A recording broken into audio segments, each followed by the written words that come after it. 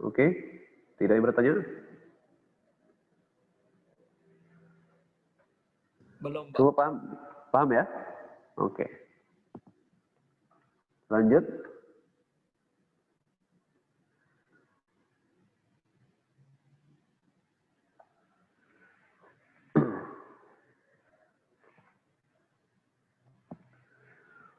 Faktor-faktor yang mempengaruhi besarnya GGL pada generator adalah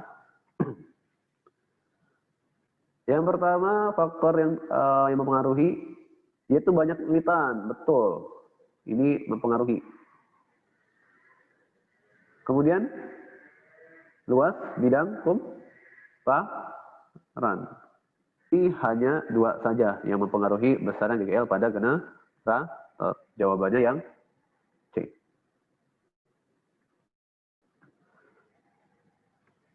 Oke, Bapak lihat lagi di atas ya.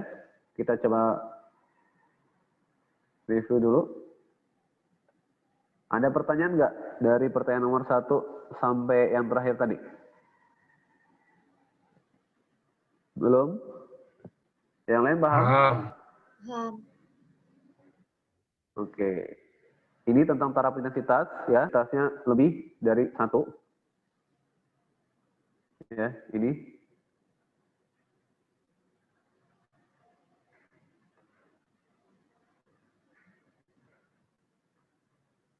Intensitas sendiri itu I. Ingat rumusnya, intensitas itu daya per luas area per A. P ini adalah daya, power ya, daya. Power satuannya watt ya.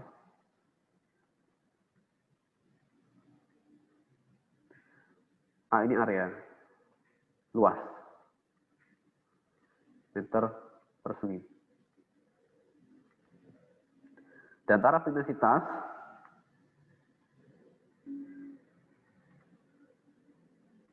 rumusnya adalah 10 log intensitas dapat tadi dari rumus yang atas ini, kemudian dibagi dengan intensitas ambangnya. Sudah punya 10 pangkat min 2 ini. Ya, 10 pangkat min 2. Ini untuk mencari taraf intensitas satu buah. Ya. Nah, kalau dia lebih dari satu buah, 100, 1000 tapi ini. Oke, paham ya? Kita lanjut lagi.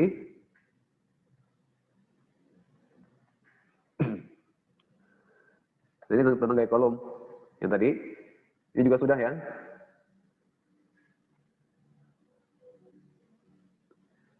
Oke, Bapak mau ambil soal lagi?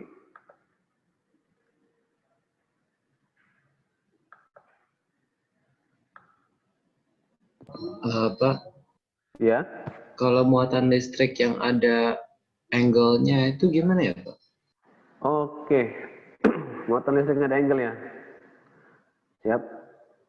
Nanti Bapak coba Bapak jelaskan ya. Rumusnya aja nggak apa-apa. Rumusnya sebenarnya rumus dasar. Ya, yang ada angle juga. Terus diapain? Nanti dia analisa vektor. Ya. Dia mengerjakannya dengan menggunakan analisa vektor. Sebentar, Bapak bikin lembar kertas yang baru dulu.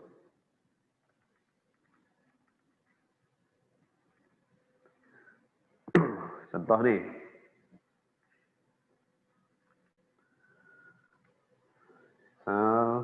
Atau gambar segitiga dulu ya.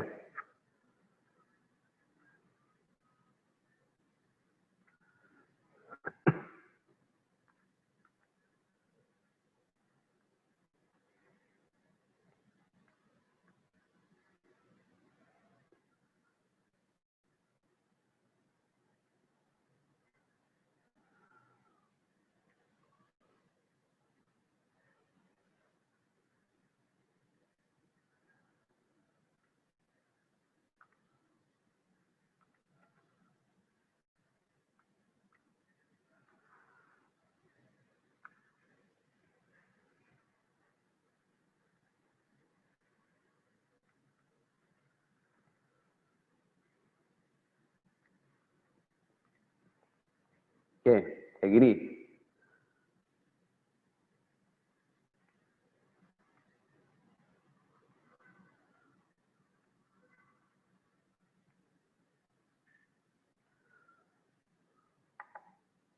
Tambah grup dulu.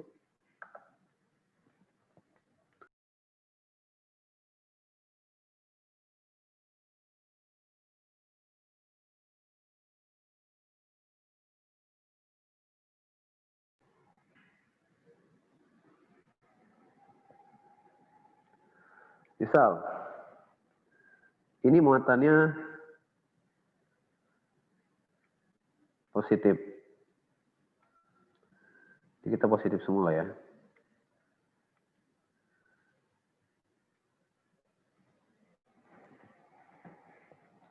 Yang kita butuhkan adalah analisa vektor dan sudutnya. Bisa diketahui ini segitiga sama sisi. Bisa di soalnya segitiga sama sisi.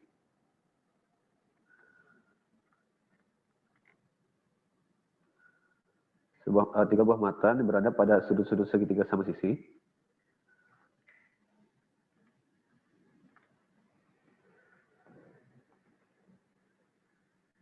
Di sini misalnya Q1, di sini Q2, di sini Q3.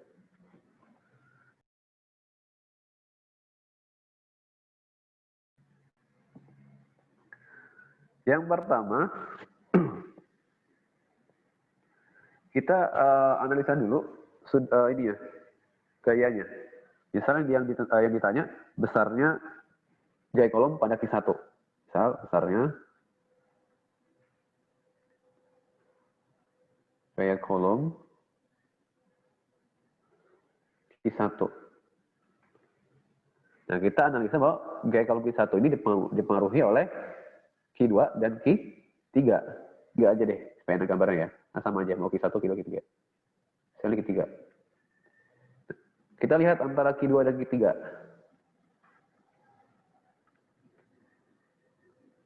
Q2 dan Q3 dia akan tolak-menolak karena sama-sama positif. Ini ke sana, lalu ini pun ke sana.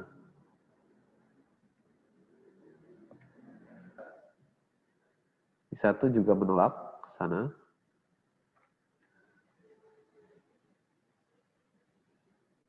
Dan Q3 juga akan menolak. Ini F23.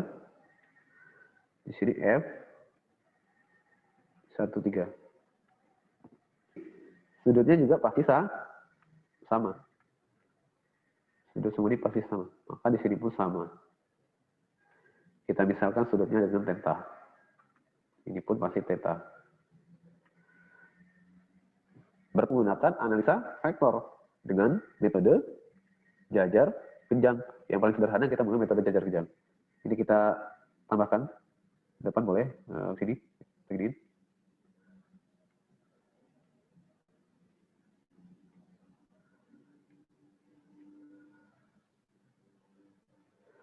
Seperti ini, kemudian resultannya seperti ini.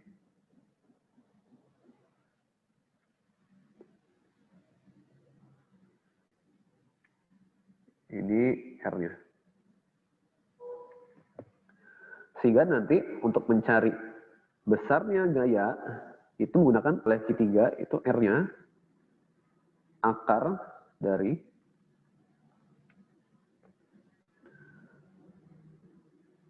F23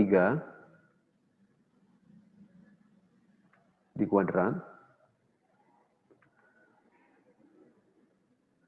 ditambah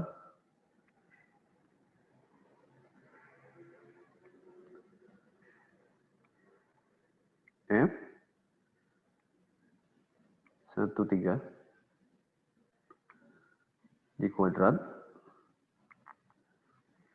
ditambah 2 dikali F13 dikali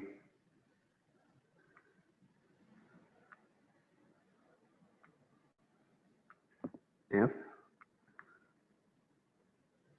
23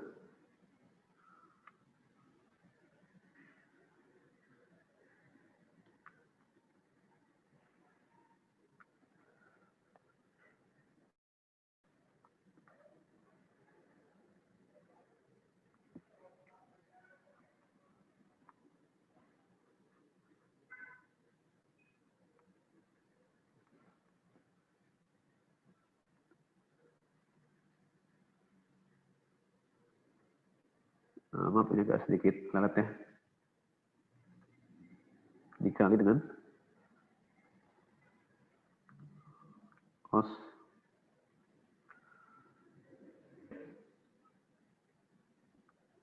theta. Nanti kalian cari F23 nya R-nya ya gitu Veseta ya. Jadi modelnya soal-soalnya seperti itu, sering muncul di UAS ataupun UN ya bentuknya.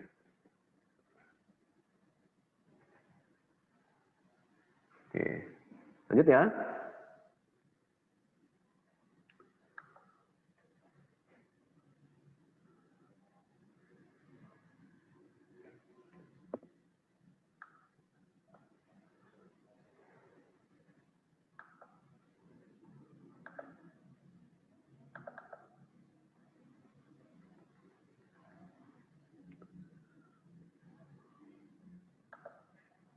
Bentar, Bapak insert soal dulu.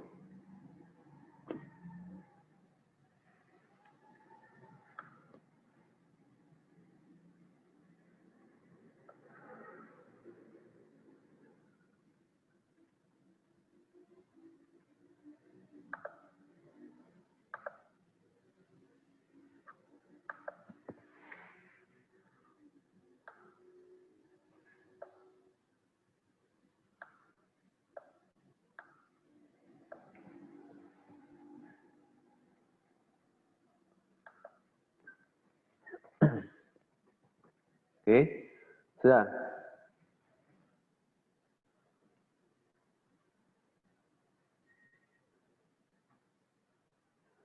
perhatikan.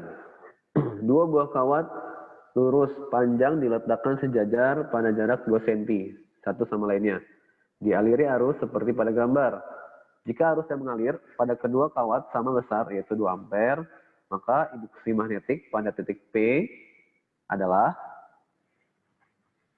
ini materi medan magnet pada kawat sejajar atau kawat yang dialiri arus listrik akan menimbulkan medan magnet menggunakan kaidah tangan kanan dalam mengerjakannya. Pertama kita analisa gaya dulu.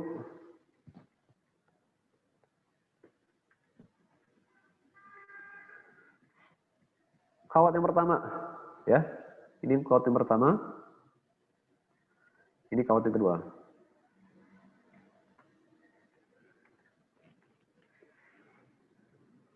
Kawat yang pertama, besarnya, arahnya dulu ya, arahnya medan magnet pada titik P, kalian menggunakan kaidah tangan kanan, di mana jempol itu menandakan arah arus, dan keempat jari itu menandakan arah medan magnet.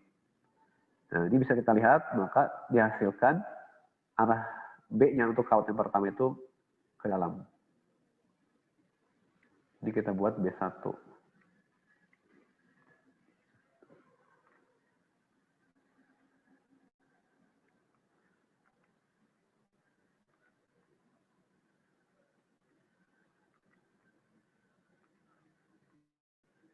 Ini B1. Lalu untuk kawat yang kedua, arahin jempolnya kita ya ke arah arusnya. Ini tanda panah ini arah arusnya. Kemudian ke B2 juga ke dalam. B2.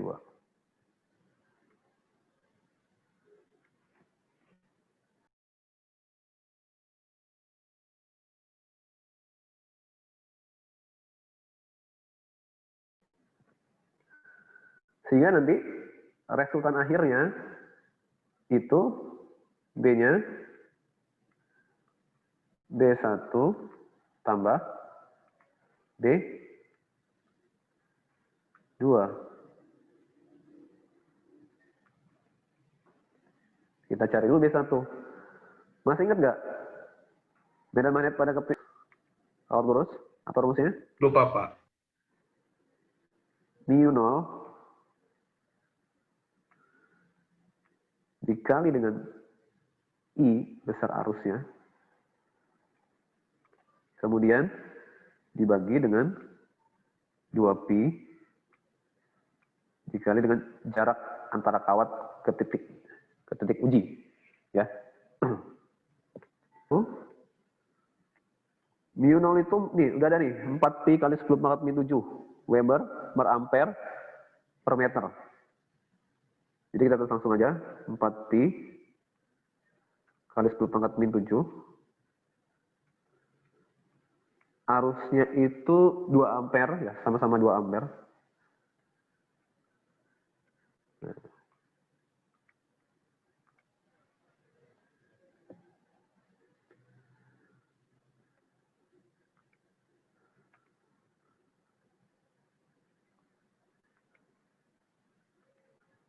Kemudian dibagi dengan 2pi. Jaraknya 1 cm. 1 cm itu 10 pangkat minus 2 ya. 10 pangkat minus 2. Sehingga kalau kita cari, dihasilkan berarti 4 dikali 10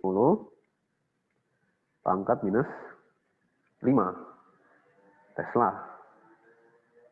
Nah, sekarang kita cari B2. B2-nya karena arusnya sama ya.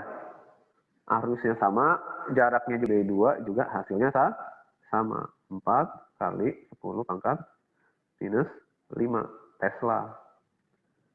Ya, si Tesla ini yang menemukan ya. Dan jika ditambahin sama dengan 4 tambah 4 adalah 8 dikali 10 Tesla. Arahnya kemana? Arahnya masuk ke bidang gambar. Lihat ke dalam ya. Oke, sampai di sini. Ada yang ingin bertanya?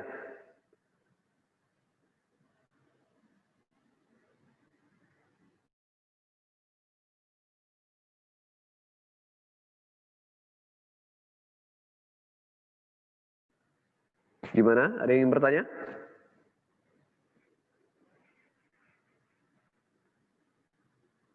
Diam berarti tidak ya. Lanjut ya.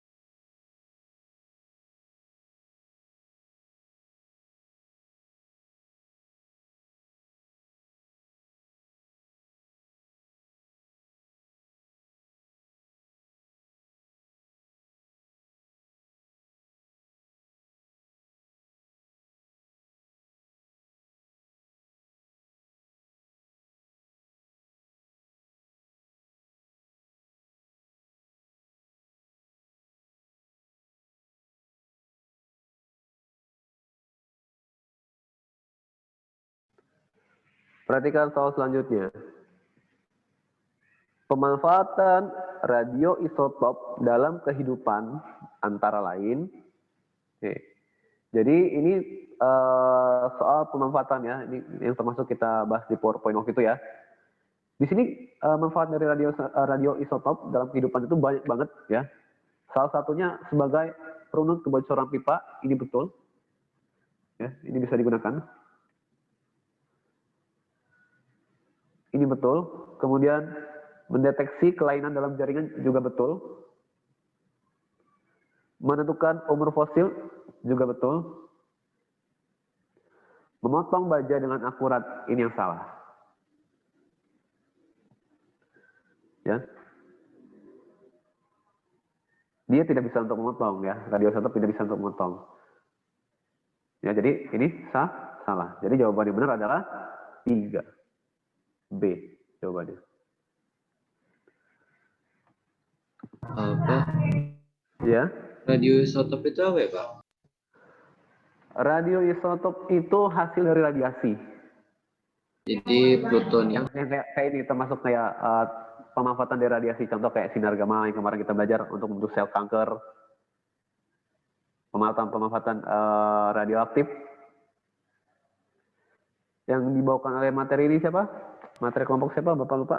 Kalau Yang gitu, pemanfaatannya yang kenapa? kalau gitu EMP dong. Electromagnetic, sorry.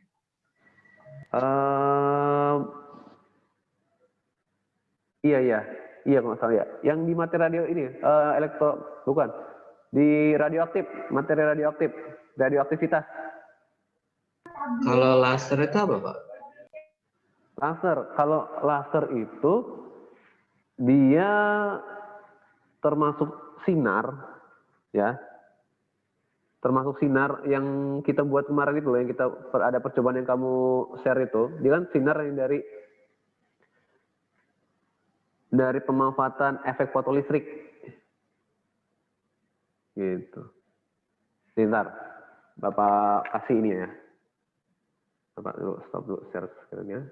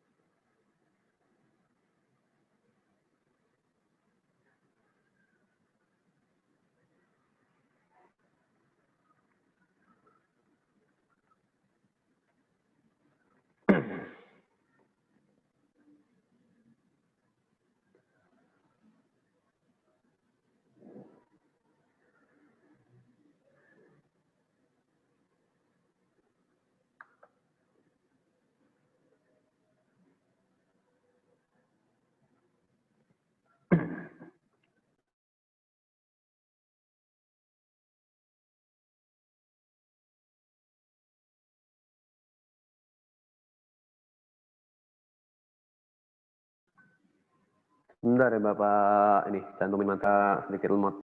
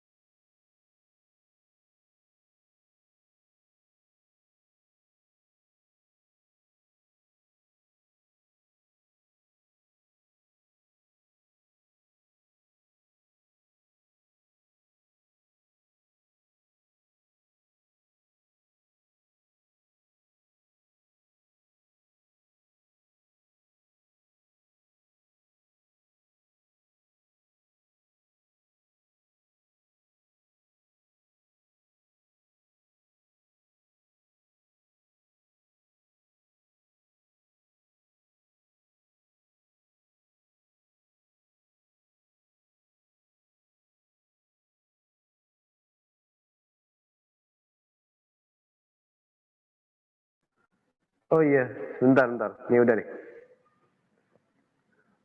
Oke, nah ini ya. Ini disebut radioisotop ini nama unsurnya misal yodium. Ini manfaatnya membantu untuk mencari ketidaknormalan pada tiroid atau kelenjar tiroid ya. Jadi radioisotop termasuk unsur yang dia memiliki sifat radioaktif yang tinggi. Yang digunakan banyak di kehidupan kita sehari-hari, termasuk kemoterapi dan sebagainya. Ini salah satu. Nah, berperan dalam proses scanning limpa untuk kromium CR51. mendeteksi kebocoran saluran air bawah tanah dan menyelidiki kecepatan aliran sungai. Itu juga bisa. Laser itu dia bukan bentuknya bukan unsur yang memiliki radioaktif, bukan. Dia semacam energi yang digunakan, ya, sehingga itu untuk memotong. Kalau laser memang bisa untuk memotong, tapi dia bukan radioisotop. Gitu, Faseta. Paham? Oke, ini ya, ini bisa kalian lihat ya. Termasuk di nuklir, itu juga radioisotop ya, reaksi berantai terkendali dalam PLTN ya, pembangkit listrik tenaga nuklir. Itu uranium dengan nomor unsur U235. Oke, cukup ya. Baiklah, kita cukupkan dulu pembelajaran kita pada siang hari ini. Sampai jumpa dan mohon maaf Bapak mengambil waktu 5 menit ya. Dan selamat siang. Makasih Pak. Sampai jumpa. Terima kasih Pak.